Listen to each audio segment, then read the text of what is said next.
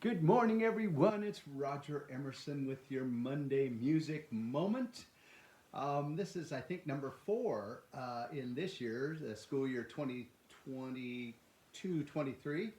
And today I promised we'd talk a little bit about sight reading methods and concepts and philosophy, particularly in regards to upper elementary and middle school.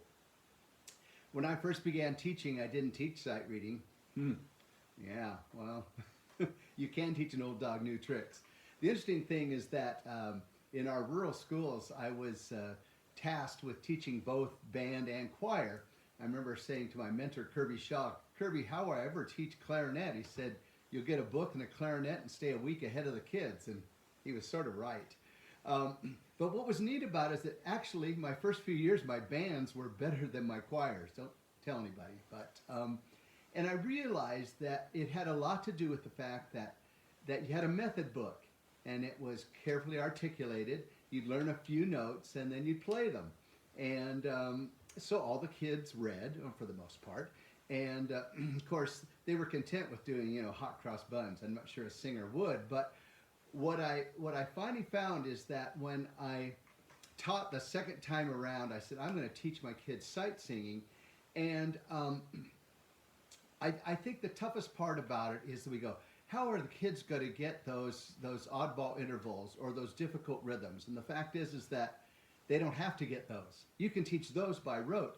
But the fact is, if kids can sing whole notes, half notes, quarter notes, basic eighth note rhythms, and if they can sing by step, if they can use tonal memory to remember I sang it here and here it is 4 measures later, if they can sing the basic intervals of a major third, perfect fourth, perfect fifth, down a minor third, down a perfect fourth, down a perfect fifth, and maybe an octave, you're going to have the bulk of what's needed to sight sing most of the literature, at least that we're going to do at the middle school level.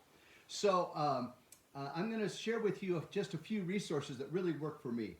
At the 6th grade, 5th and 6th grade level, Patterns of Sound. It's old, but it's really good. It's Emily Crocker and Joyce Eilers.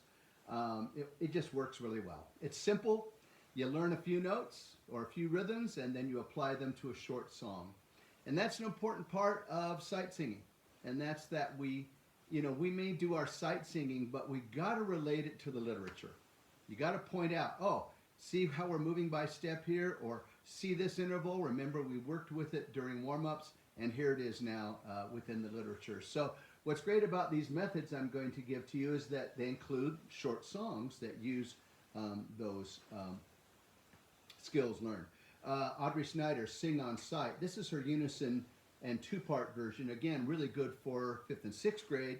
And then, of course, out of Briley Music, SOS. This is really a great resource as well. Now, I'm a big believer. At our school, we had 5th, 6th, 7th, 8th. 5th grade, we sang unison. Every kid sang unison. But by the end of that year, man, they all really sang well. So we worked line and tone and, all those kinds of things. In 6th grade, we did 2-part. And we had mostly boys on part 2 because, at least in my writing, I sort of write cambiata alike. It's not 2 equal parts. And then in 7th and 8th grade, we did 3-part mixed and some very easy SATB. So my favorite, and again, it's an older book, and this is The Choral Approach to Sight Singing, Emily Crocker and Joyce Eilers. And again, it uses that concept of learn a few notes and apply them to a song. What I like about it in particular is that it includes a bass clef part, but it starts in the key of F, not the key of C, which works better for particularly 7th graders. And it worked really well for me. So again, that is the choral approach to sight singing. Audrey Snyder has a similar one. The nice thing about hers is that there is a track available with sort of hip, rock instruments, and I think kids would really enjoy that.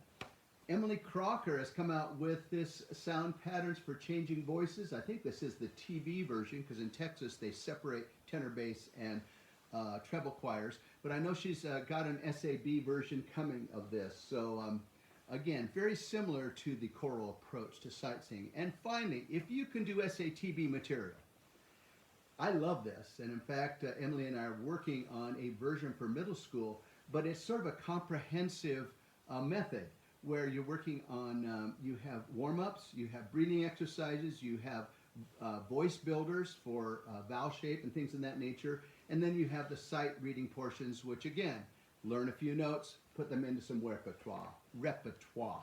So, that's it for today. That's 5 minutes of me. Isn't that enough? Anyway, I won't do one every Monday, but probably every other Monday I'll be back. The next thing I want to focus on are some specific pieces for middle school, and maybe even some holiday pieces, because it's almost not too early to start that holiday material, but pieces that are specially crafted for the challenges and parameters of the middle school. So until next time, you can always get me on Facebook Messenger. You can get me at rogeremerson.com. Sing678.com says contact us. It's just me. Contact me is what it should say. Anyway, hope you're having a great year. I know there are always challenges, and I know we're rebuilding, but I'm convinced we're going to come back better than ever. So till next time, Roger Emerson. Take care. Bye-bye.